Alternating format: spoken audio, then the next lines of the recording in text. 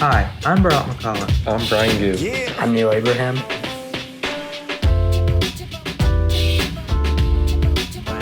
According to the United States Environmental Protection Agency, transportation as a whole contributes about 27% of greenhouse gases in America.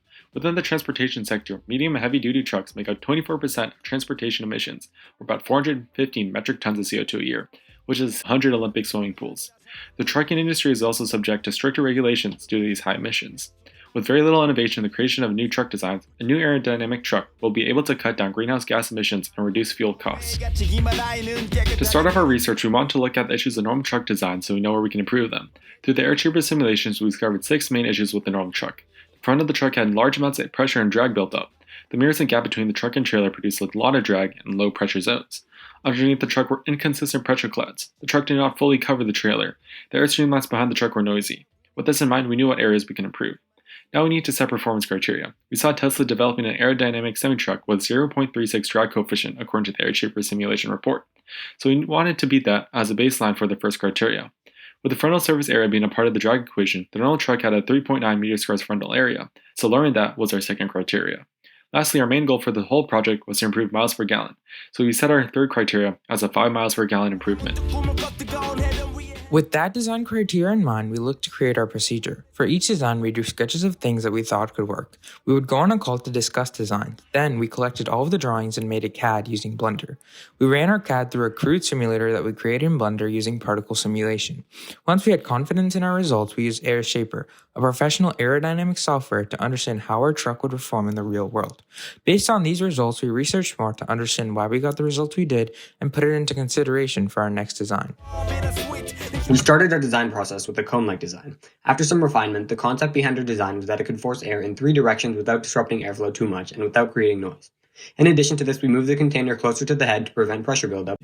After testing, we found out it had a drag coefficient of 0.36, which met our design criteria, but based on the pressure maps and airflow diagrams, we thought we could do a lot better.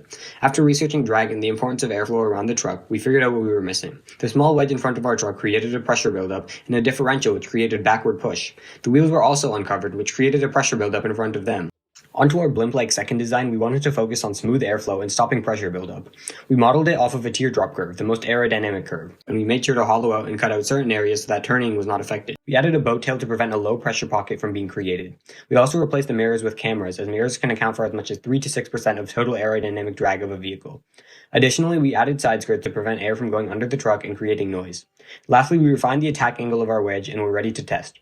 The drag coefficient was 0.34, meaning we saw a 0.02 improvement. This was anticlimactic, considering all of our changes. After research, we found out that the issue was that the wedge was funneling air underneath the car. As the Coanda effect states, the air will follow the path of the object. And vehicles typically try to create high pressure above and low pressure below to provide grip and traction.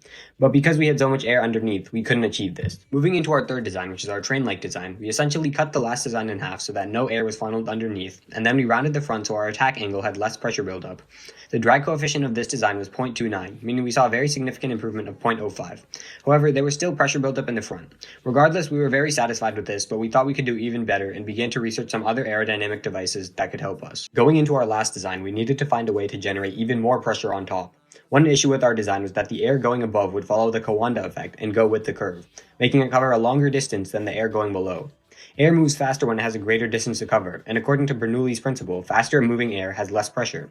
To compensate for this, we added vortex generators, which essentially make the air hug onto the truck tighter. This generates more pressure.